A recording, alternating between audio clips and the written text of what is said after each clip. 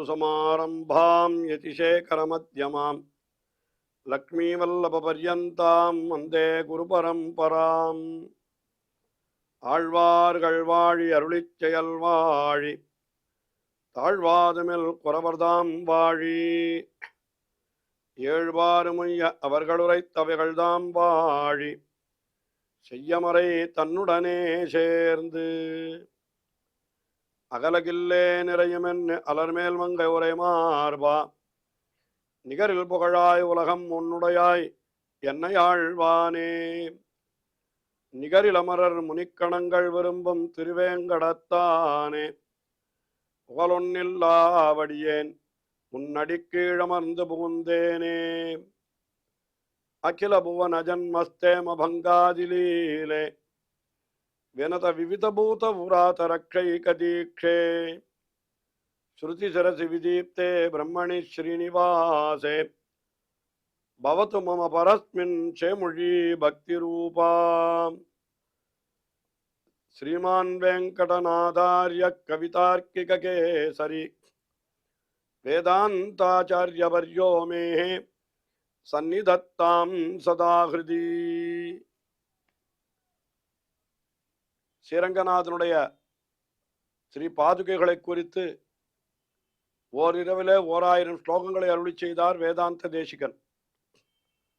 அதுதான் பாதுகா சகஸ்ரம் என்று போற்றப்படுகின்ற ஸ்தோத்திரம். பாதுகையினுடைய பெருமையானது பல விதங்களிலே எடுத்து காட்டப்படுகிறது இந்த ஸ்தோத்திரத்திலே. அதிலே இப்பொழுது நாம் 165வது ஸ்லோகத்தை முதலிலே பார்க்கிறோம். அதிகார பரிகிரக பத்ததி என்கிற பகுதியிலே இருக்கக்கூடிய இந்த ஸ்லோகம் அயோத்தியா சாம்ராஜ்யத்திலே பட்டாபிஷேகம் செய்து கொண்டு சிம்மாசனத்திலே வீற்றிருக்கின்ற காலத்திலே, அந்த பாதுகையானது வீற்றிருக்கின்ற காலத்திலே எப்படி இருந்தது என்கிற அந்த விஷயத்தை வர்ணிக்கிறார். அயோத்தியை எப்படி இருந்தது தெரிவிக்கிறார் இந்த ஸ்லோகத்திலே.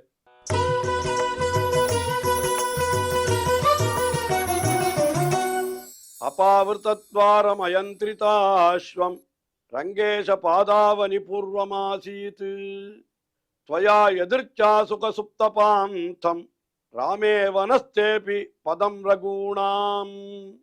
அதாவது ராமபிரான் காட்டிற்கு எழுந்தருளின பொழுது அயோத்தியாவாசி ஜனங்களெல்லாம் பெரிய துக்கத்திலே ஆழ்ந்து விட்டார்கள் அல்லவா.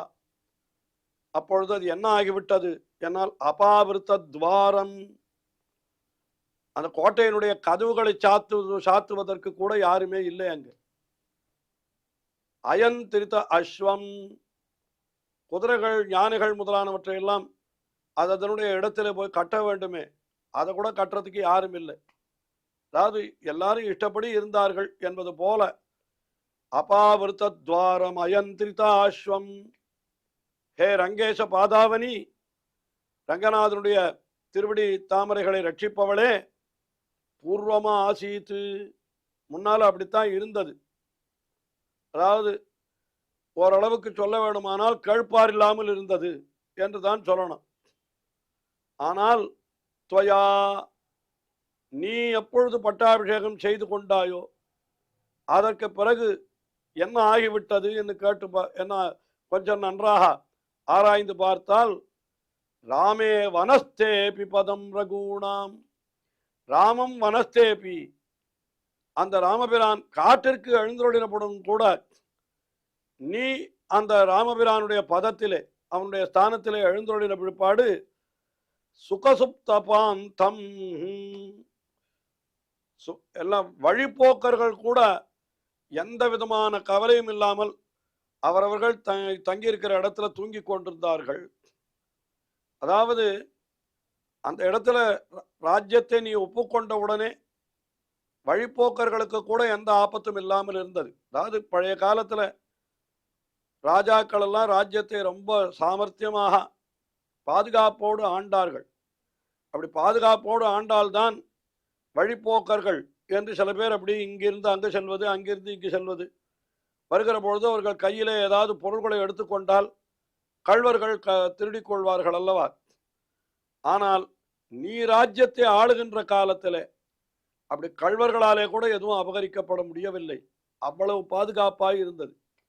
அதனால வழிபோக்கர்களோட எப்படி இருந்தாள்னு கேட்டா நல்லா சௌக்கியமா இருந்தா. ஒன்றும் ஒரு குறையும் இல்லாமல் அவர்கள் எங்கே இருக்காளோ நினைத்த விடத்தில் நினைத்த போது அவர்கள் தூங்கலாம். ஐயோ நம்முடைய பொருள் களவு போய்விடுமோ என்று கவலைப்பட வேண்டிய அவசியமே இல்லை. ஏன் என்னால் ராஜ்யத்தை ஆளுவது பாதுகை அல்லவா? அதனால யாரும் அதர்மமான காரியத்தை செய்யவே மாட்டார்கள் என்ற நிலை ஏற்பட்டு விட்டது. அதனால பாதுகையினுடைய ஆளுகையின் கீழே, அதாவது ராமபிரான் எழுந்தருடைய இந்த காலத்துல கூட இவ்வளவு பாதுகாப்பு இல்லை போல, இப்பொழுது நல்ல பாதுகாப்பு என்பது போல இந்த ஸ்லோகத்திலே ஒரு கருத்தை காட்டுகிறார் வேதாந்த தேசிகன். ஆஹா, இப்படி அவன் அந்த ரகுவம்சத்து ராஜாக்களுடைய ஸ்தானத்தை நீ அடைந்த பொழுது எப்படி இருந்ததுன்னா, அப்படி எதிர்ச்சா சுகசுப்த பாந்தம். அந்த சுகசுப்த பாந்தம் எதிர்ச்சா என்னால் என்ன அர்த்தம்? தங்களுடைய இஷ்டப்படி அவர்கள் எல்லாரும் எங்க வேணும்னா போகலாம், என்ன வேணும்னா பண்ணலாம் என்ற நிலைமை யாருக்கு? வழிப்போக்கர்களுக்கும் ஏற்பட்டது என்று அப்படியாக இந்த ஸ்லோகத்திலே அந்த பாதுகை இருந்த காலத்திலே அயோத்தியனுடைய சுபிக்ஷத்தை கொண்டாடினார். அதற்கு மேலே அடுத்தபடியாக இந்த பாதுகையை வணங்கினபடியினாலே பரதாழ்வான் எப்படிப்பட்ட பேர் பெற்றான் என்ன அவனுடைய பெருமையை இந்த அடுத்த ஸ்லோகத்திலே தெரிவிக்கிறார்.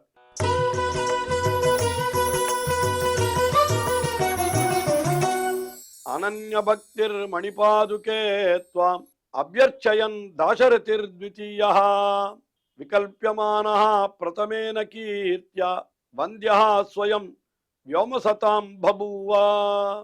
அனன்ய பக்தி துவாம் அபியர்ச்சயன்னு பரதாழ்வான் இருக்கானே, அவன் என்ன பண்ணினான்? பாதுகையை தவிர வேறொன்றை நெஞ்சில கொள்ளவே இல்லை. அனன்ய பக்தி. அனன்ய பக்தி என்னாலன்னா பாதுகையை தவிர வேறு எதையும் மனதிலும் எண்ணாதவனாய். இன்னும் சொல்ல போனால் என்ன, எப்பொழுது பாதுகை கிடைத்து விட்டதோ அதற்கு பிறகு அவன் ராமபிரானை கூட எண்ணவில்லை. பாதுகையே தனக்கு போதும் என்பது போல அப்படி இருந்து விட்டான் என்று கூட சொல்லலாம். அனன்ய பக்தி துவாம் அபியர்ச்சயன்னு, இப்படி வேறு எதிலும் ஈடுபாடு இல்லாதவனாக உன்னை அந்த பரதாழ்வான் பாதுகையாகிற உன்னை அபியர்ச்சயன்னு வணங்கினான் அல்லவா, துதித்தான் அல்லவா. அவன் யார்? தாசரதிர் த்விதீயா. தாசரதிர் த்விதீயா. தாசரதி அதாவது தசரதனுடைய பிள்ளைகளிலே இரண்டாம் அவன்.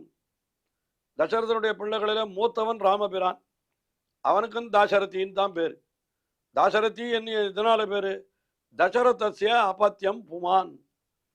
தசரதனுடைய பிள்ளை என்கிறபடினாலே அவனுக்கு தாசரதின்னு பேர். இப்ப இவராரு? பரதாழ்வான். அவரும் தசரதனுடைய பிள்ளை தானே. அதனால என்ன சொல்றேன்னா, தசரதனுடைய இரண்டாவது பிள்ளை என்று அடையாளம் காட்டுகிறார் தேசிகன். தாசரதிஹி த்விதீயா. த்விதீயா தாசரதிஹி. இரண்டாவது தாசரதி என்னால் இரண்டாவது பிள்ளை, தசரதனுடைய பிள்ளை என்று சொல்ல வேண்டும். அவன் என்ன ஆகிவிட்டான்?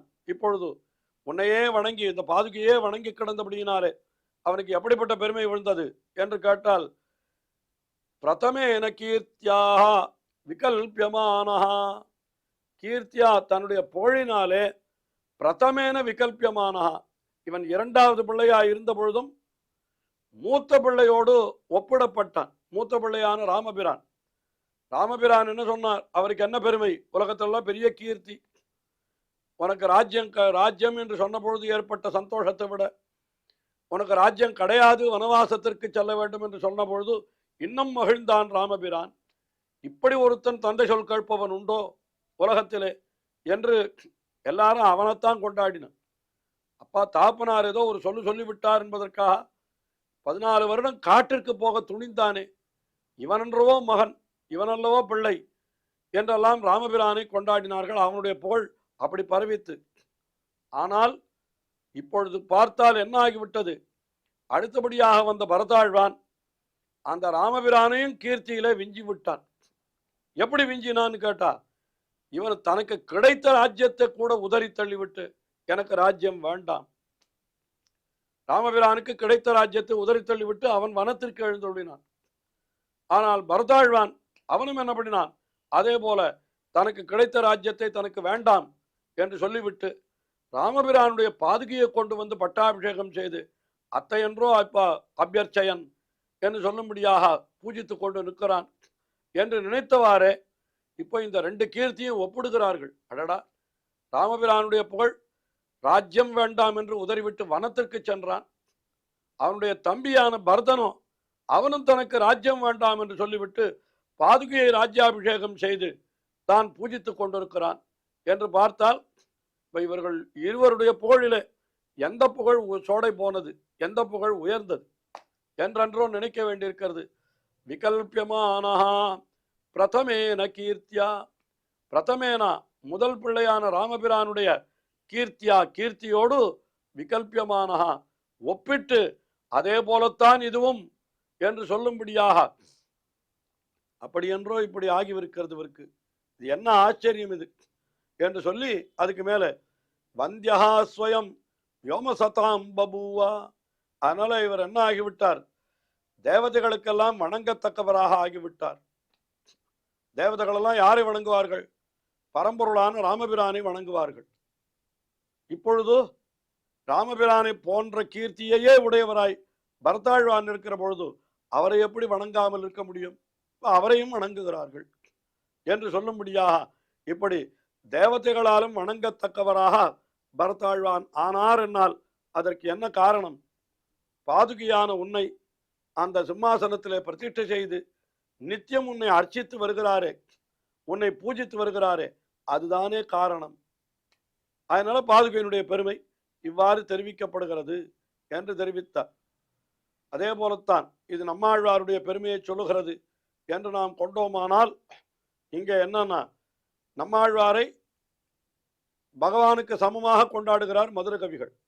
ராமனுக்கு சமமாக பரதாழ்வானை நினைத்தார்கள் என்று சொல்லுவது போல ஆழ்வாரை பகவானுக்கு சமமாக நினைத்தார்கள். எப்படின்னு கேட்டா அவர் அத்தைத்தானே சொன்னார், எனக்கு நம்மாழ்வார் தான் தேவதை, தேவமற்றர் ஏன் குருகூர் நம்பி பாவி நின்னை பாடித் திரிவனே என்று மதுரகவி ஆழ்வார் நம்மாழ்வாரையே எல்லாமுமாக கொண்டு அந்த நம்மாழ்வாரை பகவானுக்கு சமமாகவே கொண்டார்வர்.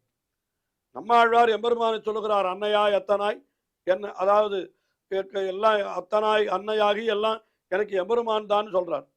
ஆனா நம்ம மதுரகவி ஆழ்வார் அன்னையாய் அத்தனாய் என்னை ஆண்டிடும் தன்மையான் என்று அப்படியே நம்மாழ்வார் விஷயத்திலே தெரிவிக்கிறார். அதனால எப்படி ராமனுக்கு சமமாக பாதுகை எண்ணப்பட்டதோ அதுபோல பகவானுக்கு சமமாக நம்மாழ்வார் எண்ணப்பட்டார் என்ன அந்த அர்த்தத்தை இங்கே நான் சேர்த்து அனுபவிக்கலாம். அதனால என்ன பண்ணினான்னா, தேவதைகளும் வணங்கினார்கள் என்று இங்கே ஸ்லோகத்திலே சொல்லப்பட்டிருக்கிறது. இங்கே பூசுரர்களான மதுரகவி ஆழ்வார், நாதமுனிகள் போன்றவர்கள் எல்லாம் அந்த நம்மாழ்வாரை வணங்கினார்கள் என்று இப்படியெல்லாம் நாம் பொருள் கொண்டோமானால் இதுபோன்ற ஒவ்வொரு ஸ்லோகத்திலேயும் அவர் பாதுகைக்கு சொல்லக்கூடிய அந்த பெருமைகள் அத்தனையும் பாதுகையினுடைய ஸ்தானத்தில் இருப்பவரான நம்மாழ்வாருக்கும் பொருந்தும்படியாக இருக்கிறது என்றதை நாம் தொடர்ந்து அனுபவிக்கத்தான் வேண்டும். ஏதோ சில சமயம் நினைவு வந்த ஸ்லோகங்களிலே தெரிவிக்கிறோம், அது சில ஸ்லோகங்களே சொல்லாமல் விட்டும் விடுகிறோம். நீங்களே கூட ஊகித்து இந்த பெருமையெல்லாம் கூட அறிந்து கொள்ளலாம். அப்படி எம்பெருமானுடைய அடியவர்களும் எம்பெருமானுக்கு சமமான புகழை அடைகிறார்கள். தம்மையே நாளும் வணங்கி தொழுவாருக்கு தம்மையே ஒக்க அருள் புரிவர் என்று திருமங்கை ஆழ்வார் அருளி செய்திருக்கிறார் அல்லவா. ஆகினாலே ராமன் பரதாழ்வானுக்கு தனக்குரிய, அதாவது தன்னை போன்ற பெருமையை வழங்கினான். அதே போல பகவான் தனக்குண்டான பெருமையை ஆழ்வாருக்கும் கொடுத்தான் என்றெல்லாம் கூட இதில் நாம் பொருள் கொள்ளலாம். தொடர்ந்து அனுபவிப்போம்.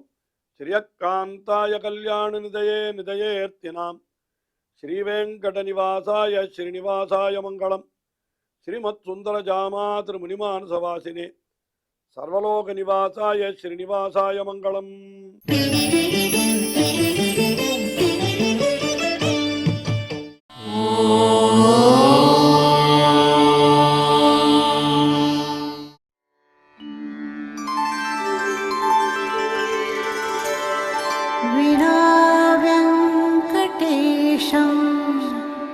ननाथो ननाथः सदा वेङ्कटेशं स्मरामि स्मरामि।